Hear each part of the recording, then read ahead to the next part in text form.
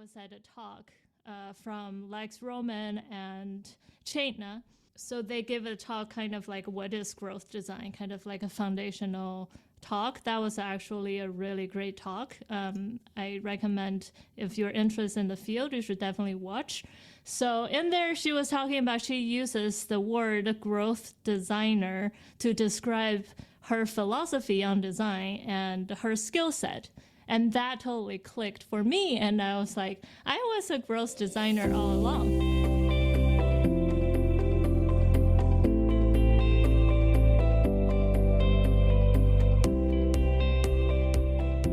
Hi guys, good afternoon.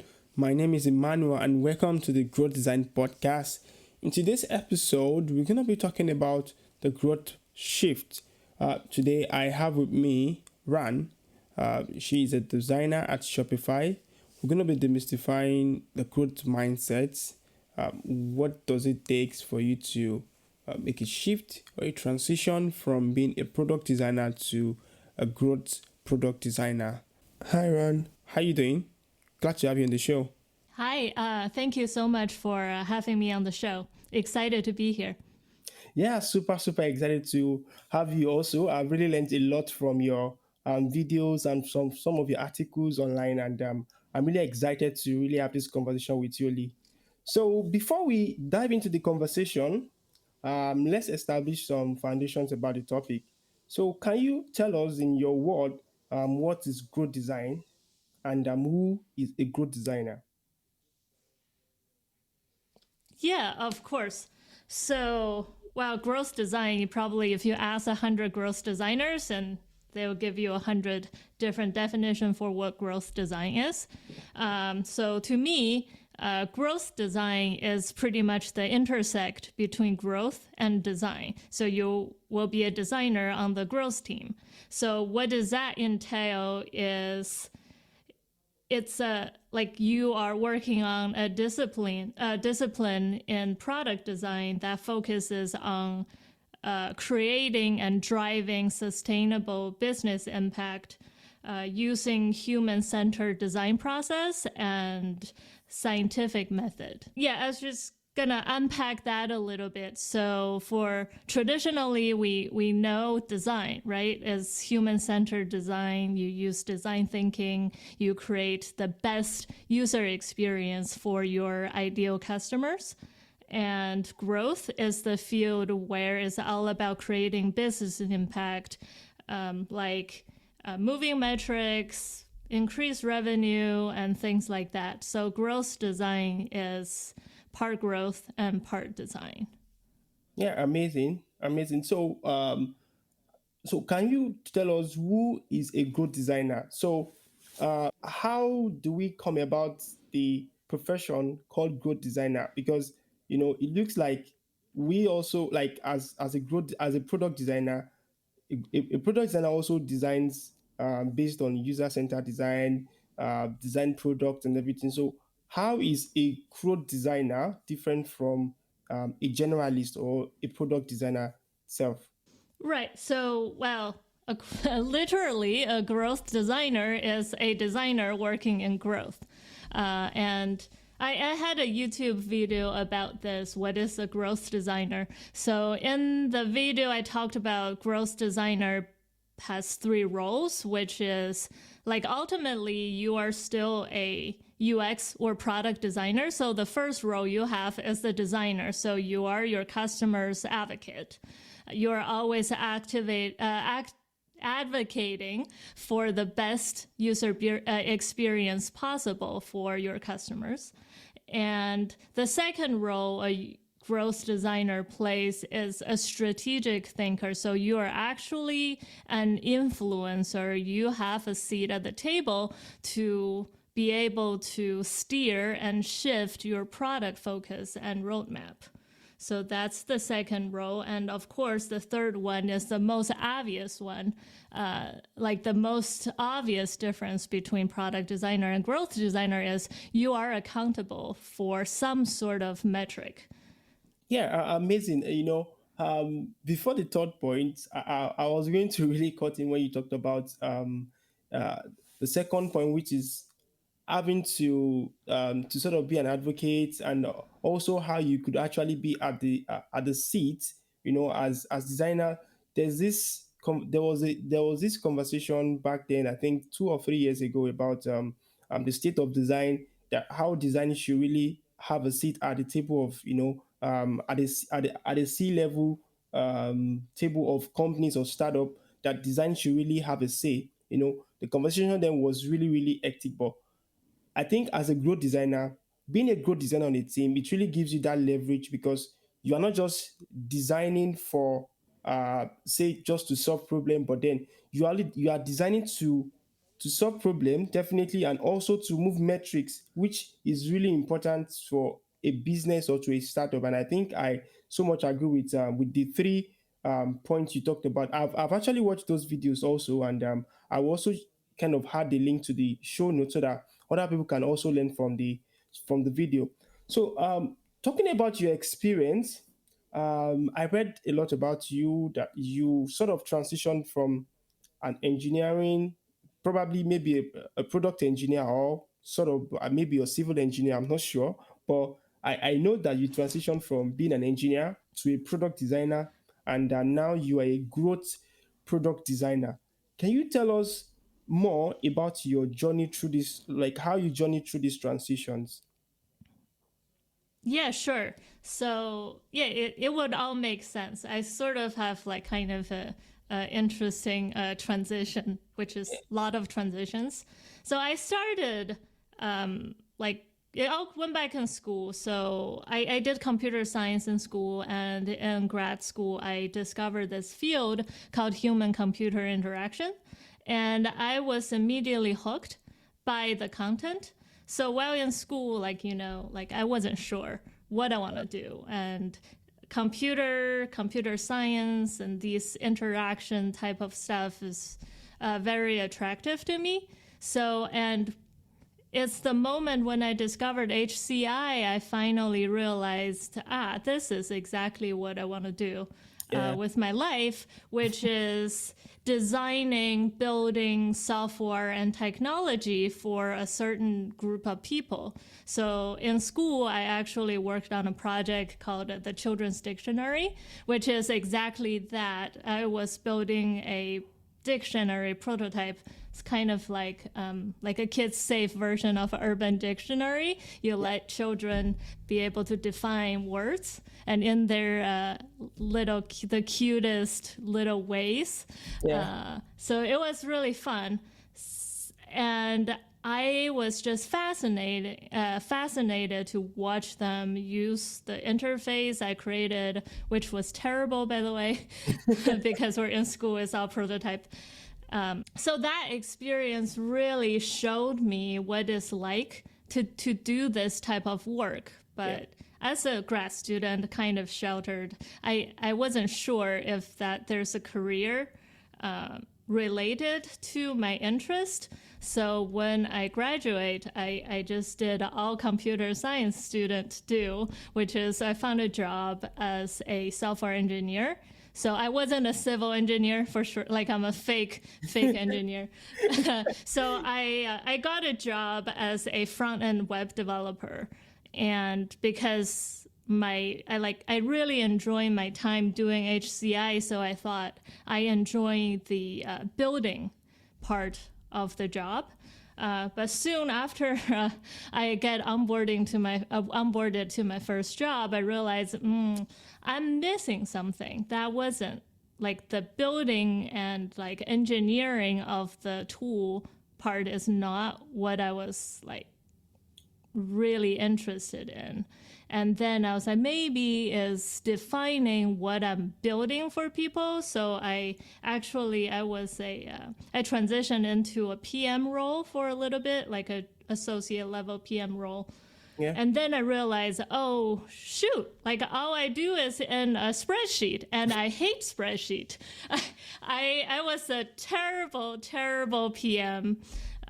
So I realized, product is also not what I want to do. But at that point, I've been in the industry for 2.5 years, and I worked with different people in different roles, and I learned there's such a job title called UX designer, and that's actually highly related to the learnings I had in school, which is HCI, and that just totally clicked, and I was like, yes, UX design and product design is exactly what I want to do. So that's sort of the trigger and reason why I transitioned into product design. Yeah, amazing. That what really influenced your decision to going into growth design? Because definitely as a product designer, as a UX designer, you build product, you kind of you can take a product from an idea state to a real life product where it's in the hands of customers, it's in the hands of users, and you see them using it from using it to actually solve a problem. Can you tell us what really influenced your decision to niche down into growth design?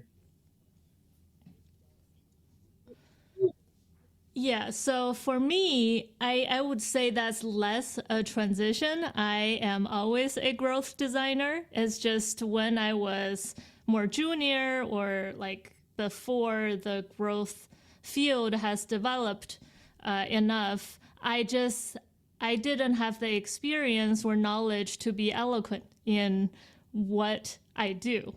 So I always think I stand behind my growth design methodology and processes. Like I've always been thinking that way, designing that way, and like the actual transition or switch to become a, like I'm doing the air quote thing, growth designer is more of a branding change rather than a career change for me.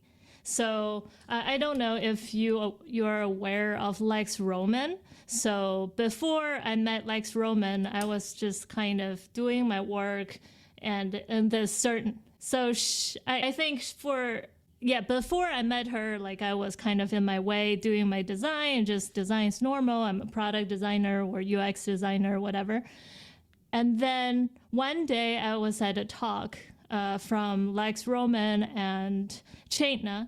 So they give a talk kind of like what is growth design, kind of like a foundational talk. That was actually a really great talk. I recommend if you're interested in the field, you should definitely watch. So in there, she was talking about she uses the word growth designer to describe her philosophy on design and her skill set. And that totally clicked for me. And I was like, I was a growth designer all along. So that's less for me a career change, but more of a way to tell other people what type of design that I do and how I'm Wow, thinking of amazing, design. amazing. I think definitely I like your part of story because I actually thought as a product designer, most of the time we are more focused on building great experiences, right? So we love to take product from, we love to build product from ideas. Maybe there's a problem to solve. There's an idea that maybe a founder, or maybe when you're freelancing or when you're working at a team, there's a feature that you need to really build. So as a product designer, I believe that we are focused more, like in quotes, on building a great experiences for customers or for users. But why I sort of asked the question because I know when I was also working as a product designer, which I still do right now, I don't normally put the lens of growth, right? All I focus on is how does this user go from point A to point B, you know. But as a growth product designer, I think having that lens of growth is a little bit different from a generalist, right? So that was why I sort of posed the question like, what really shifted from you being someone who designed from that perspective of designing for great experiences to designing for a specific goal now, designing for maybe onboarding, designing for acquisition, designing through the growth funnels, right? So that maybe that's how I should rephrase the question, that um, when you start designing for or let me put it this way, how did you get to design for growth? Like, even if you are started as a generalist, how did you start designing as a growth designer? Let me put it that way. Yeah, that makes sense. So, Yeah. well, spicy take. I think all designers should Okay. function like a growth designer. There's like a subtlety difference between product team and growth team. Like if you have to like really argue about it, but to me, I think I have always been thinking about design this way. Like I would say when I really became a growth designer is when I started working at Amplitude. So I joined Amplitude kind of early on, where we were just trying to build a analytics tool for product team and growth team so that they are more close to data. And then to really like at the early stage, we didn't really know exactly what Amplitude is going to be, and Yeah. product-led growth wasn't a thing. Product analytics isn't a category at all. So Amplitude kind of helped create the product analytics category. So now everybody is talking about it. But before that, we didn't know what we're building. So we were doing a lot of learnings by talking to other product teams to learn like what makes a good product team, how should a product team build product and things like that. And as we're learning, and then we started to use more and more data Exactly. to inform our thinking. So, well, and it makes sense because we have all the data, like we use Amplitude to design for Amplitude. So there's a lot of dog fooding going on. So we're lucky that we have all the data in our hands. And so that kind of just really formed the growth, like the growth part of my design processes. And that's when I really learned about, I guess, the field, and when I started to incorporate different types of data, like both qualitative data, which I was using before, and then I augmented with quantitative data because of my work at Amplitude. And then I sort of joined our like first growth team. We didn't always have growth team, so towards my the late stage of my tenure there, we started a growth team, and we were focusing on some of the acquisition piece. And that's when I really started doing quote unquote growth design, and I worked on part of the funnel. But before that, as I mentioned, like I always believe in you should always set a goal. Like as a human being or as a designer, you should always have a goal. Like whatever you do should have some sort of goals to guide you into the right direction. Like otherwise, why are you designing like this beautiful UI or this perfect user experience? So you should always have something to work towards. It doesn't necessarily needs to be part of your pirate metrics, like your funnels. It can be just something like feature adoption. Like I would argue all product designers should strive to raise their feature adoption for the feature they design. And that's arguably Yeah. part of growth design. Yeah, definitely. I think I agree with you. And you know, when you talked about the aspect of having the growth team, where you said the growth team and the product team, that's always been sort of my argument because you know right now, or let me put it, most startup right now or most company definitely have a product team, but then when it comes to having a growth team, it's not all company that really understand the aspect, and that's where the point of argument always comes in, that okay, a product designer also the same thing as growth product designer.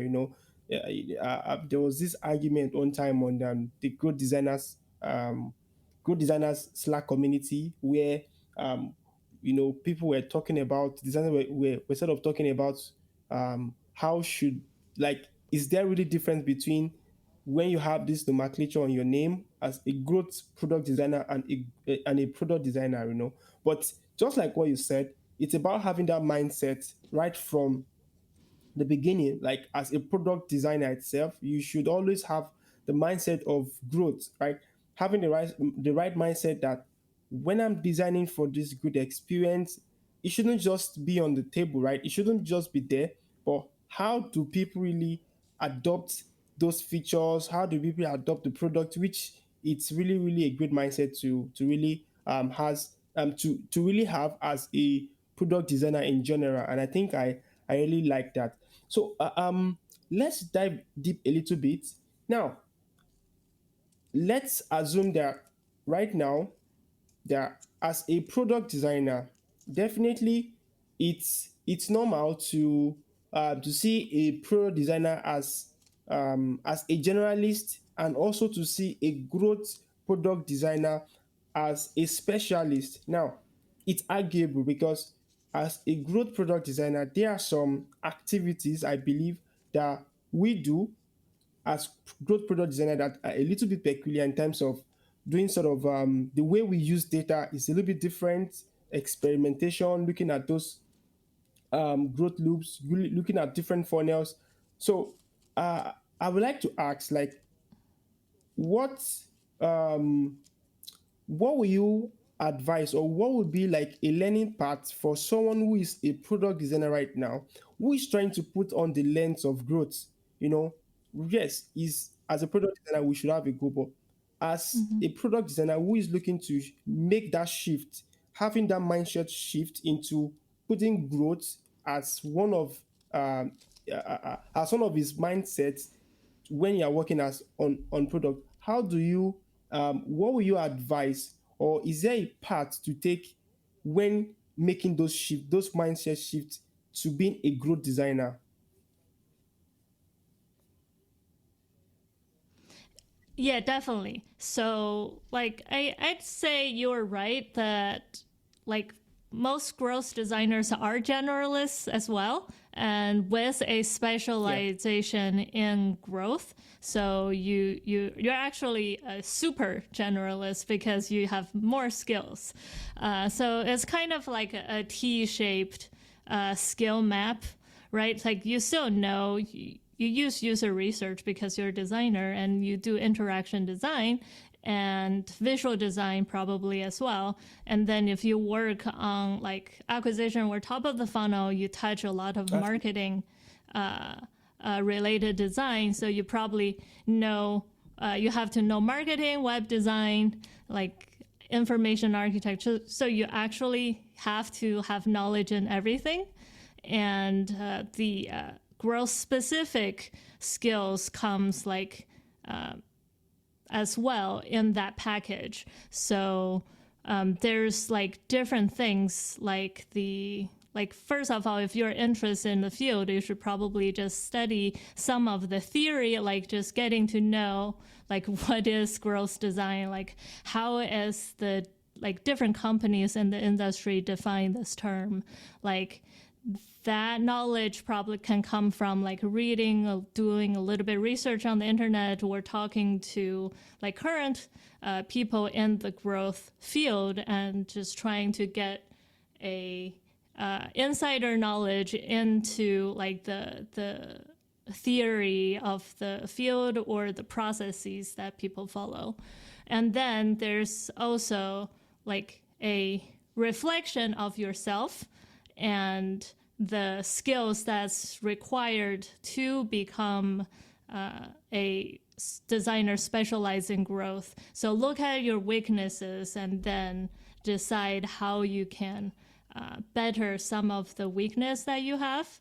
Like I think for me and for I would say for a lot of designers, that data could be a part that always can be improved on. So you could actively seek for materials and resources to help you become more comfortable with reading data and use data to inform your design decisions. And then there's always another piece, which is, I think, very important, which is the experience piece. Like if you have not like designed for an A/B testing at all, like I would say have some sort of way to get that experience to actually launch an experiment, track the results and see how did it go, and just really experience the work, learn by doing.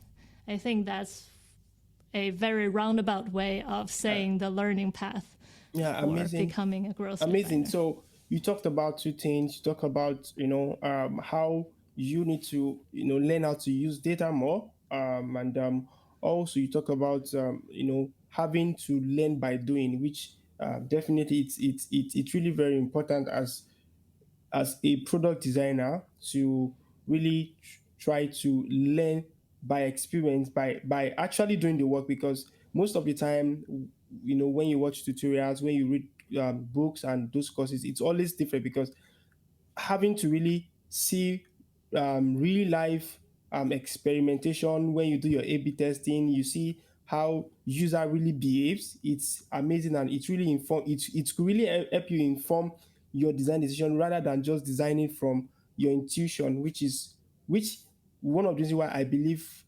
designing for growth is a little bit different, actually. Yeah, thank you so much for that. So I'm diving deep again.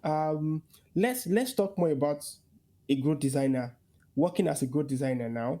So, can you a little bit talk about how do a growth designer take advantage of data? Because it's one of the bread and butter of a growth designer. How do one, as a growth designer, take advantage of using data to really influence their work? Yeah, there's a lot of ways. Like, for example, I think this come from my engineering background. Like, even as a junior designer, I was looking for some sort of evidence to prove my design decisions. Like, for example, like how do you, if you don't measure or you don't have any data, how do you know if the experience you designed is appropriate or not? So a data can be like such an easy way to help a designer understand and evaluate their own design intuition.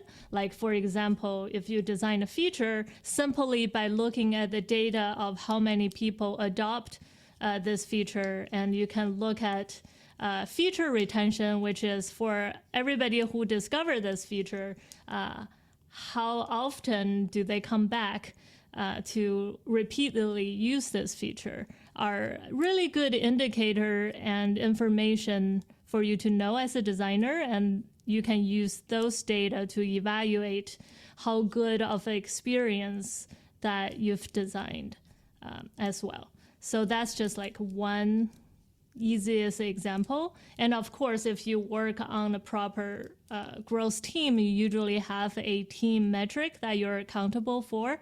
So after you launch a feature, let's say to drive acquisition, like where lead generation, did your design actually help move the needle in that metric? Is another way to just give you a quick indicator on the effectiveness of your design choices. Yeah, great. You talked more about those. You mentioned about measuring the impact of what you do as a designer. So let me dive to this side of the question. Yeah, let's say you are working on a growth team. How do you measure your impact? Like, how do a good designer, measure, or how do a growth team measure their impact? How do good designers measure their impact? Yeah, part of that is related to your goal. So for growth, is always in some sort of loop form. It's like chicken and eggs. Like you want to have a goal, and that would ultimately be the criteria you evaluate yourself on. So before any design project, you should have some sort of goal in mind, as we talked about earlier. So if your goal is to drive like lead generation, like number of leads that you captured with your design, And then how you measure your impact will be how many leads you captured with your design. So you measure that, and then you will be able to later look at the data and see if your hypotheses on why this design would capture more leads is true or not. So that's a very obvious way to measure your impact. And if you like, a lot of times, if like it's so easy to push to move business metric, like nobody will be working on this anymore. Like everybody's startup will be the next Facebook or Google, right? Like business metrics is really hard to move, and they're what we call like lagging indicators, which means like everything has to go well for something like revenue to move. Sometimes it's hard for you to like directly argue your design contributed to this specific business goal.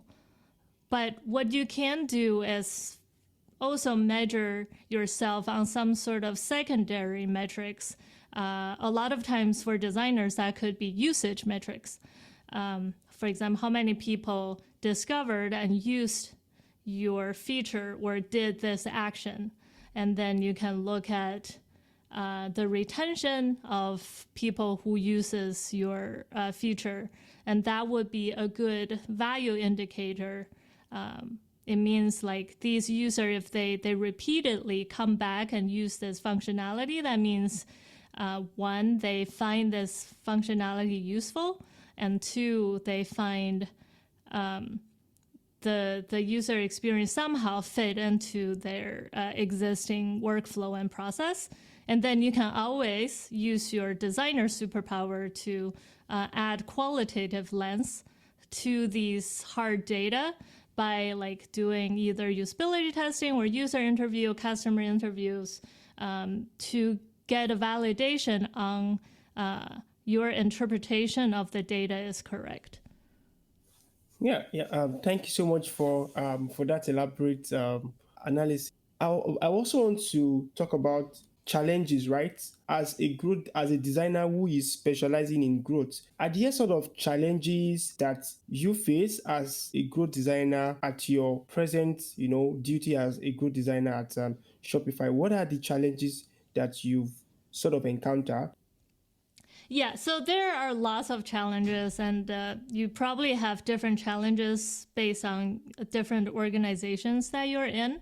So there's some common ones, like one that I see a lot of times is the lack of access to data, especially the data that are useful for designers. So we all talk about like all business track data, like revenue, profit, things like that. But if you're just tracking these high-level data, like my retention is really low, or my retention is, 25%, what does it mean? Like you don't even know if it's good or bad, or if it's getting better. And for designers, you can't really use these high-level metrics. It doesn't help inform your design decisions. So you need to be able to access the usage level data. Like, for example, how many people click on this, or how many people has an error messages, seen this error messages by doing this. Like for designers, there's a lot of nuance that you kind of want to know if you're really data-driven. And it's very hard because tracking data requires a lot of resources. So not a lot of organization has these type of resources to help you.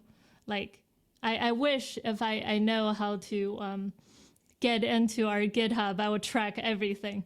But it's really hard to do in real life. So you have to either rely on like company resources to help you doing that, or acquire some sort of tool to help you get access to these data. So there could always be more data. There could be always, like, data can always be more accessible to people. So that's one. I would say another challenges that I have is like for a lot of companies, like especially bigger startup, bigger teams, where they will have specialization between a core experience team and a growth team. So that's where the conflicts start to happen. Because as a growth designer, at least for me, like how I believe a growth designer should work is really get deep into the customer problems. And I do a lot of qualitative research, believe it or not. It's not just data. So I do a lot of qualitative user research, and I am aware a lot of, we'll say, either user experience kinks or like experience difficulties that's preventing user from getting value, or they're failing to connect themselves, their workflow, to the value you're creating. And then that requires you to actually change the product in some way to remove these barriers. And that's very hard to do in a lot of teams where you have a core experience team, because they kind of act as a gatekeeper to prevent you to get the level of freedom you want in terms of your experimentation or whatever feature or improvement you're trying to do. So there's a lot of conflict in terms of what growth team should own. Like I am not the type of designers that I just want to do like onboarding modals and pulsars and just say, hey, there's a pop-up, blinking like 50% off for annual. Like these small changes, like yes, it will drive some results if you launch it as A/B testing. And especially when there's a lot of low-hanging fruits, you can like achieve impact with these type of peripheral changes. But at some point, you have to get into the core product to be able to drive bigger impact. And for me, the challenge is how do you set up your org in a way to enable your growth team to be able to run with their idea? Yeah, yeah, I sort of agree with you on that. But I want to go back to the first challenge you sort of mentioned about getting data. And you sort of mentioned a couple of data, and also in your conversation, you talked about how it's really difficult to get some of this data. But I want you to sort of walk us through, are there tools out there that you've used on your team or in previous times that you've used that is really tools or resources that are really useful in times of solving that problem of how to really get those data? Like, are there tools, resources out there that's really helpful for one to really know how to use the data and how to acquire this data?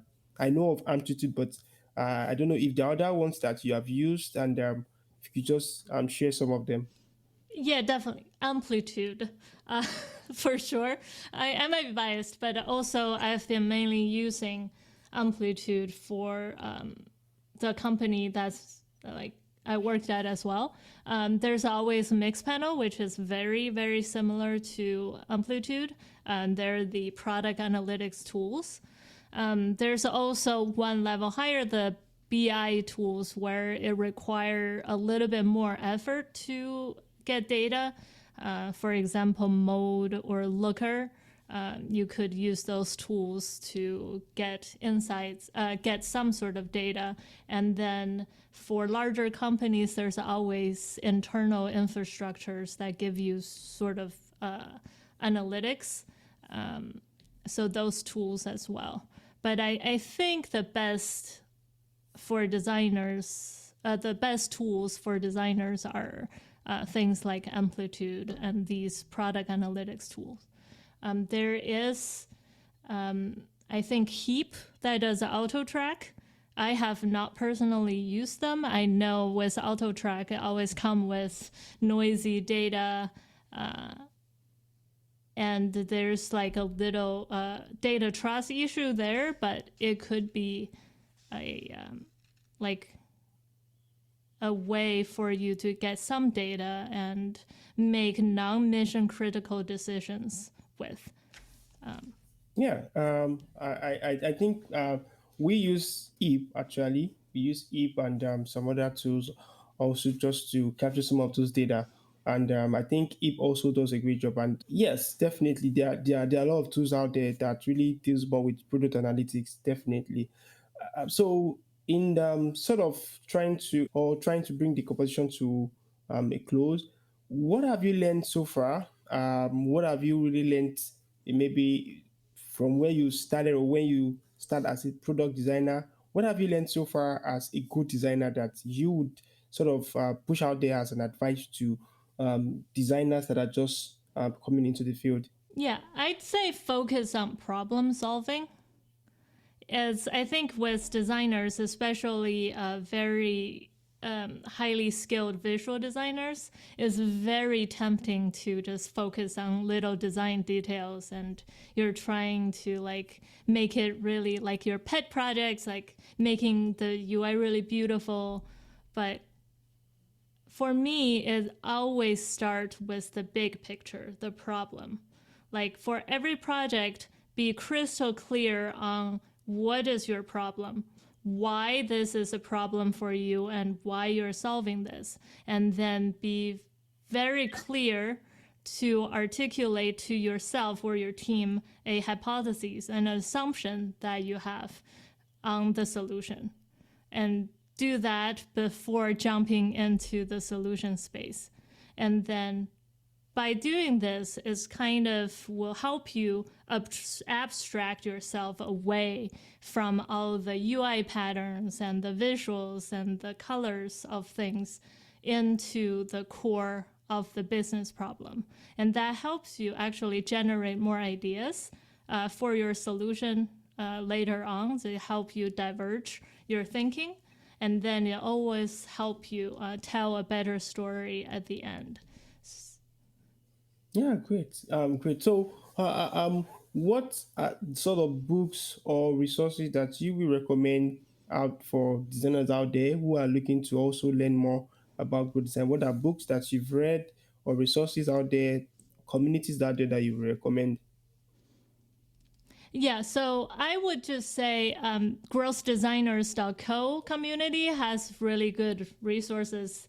So if you go to their website and you do growthdesigners.co/resources, they curated a really nice list of articles and talks and books that's very useful. And they even categorize it into different categories like goal setting, research, analytics, and experimentation. So that's always my start when I'm looking into research or learning something. They also have a good newsletter and Slack community that I believe we're both part of. Yeah. So I'd say that's a good one-stop shop for growth resources. I so much agree with you. And the good designer community, the good designer app.co is actually a very, very great and resourceful community. And it has a lot of people that sort of think in that mind, had it has a lot of good designers that you can think of, and there are a lot of resources to get from there. Thank you so much, Ran, for really this episode. I appreciate your time. Thank you so much for joining me, and I'm very sure we would actually meet, have this conversation, like have another conversation around growth very soon. Thank you so much.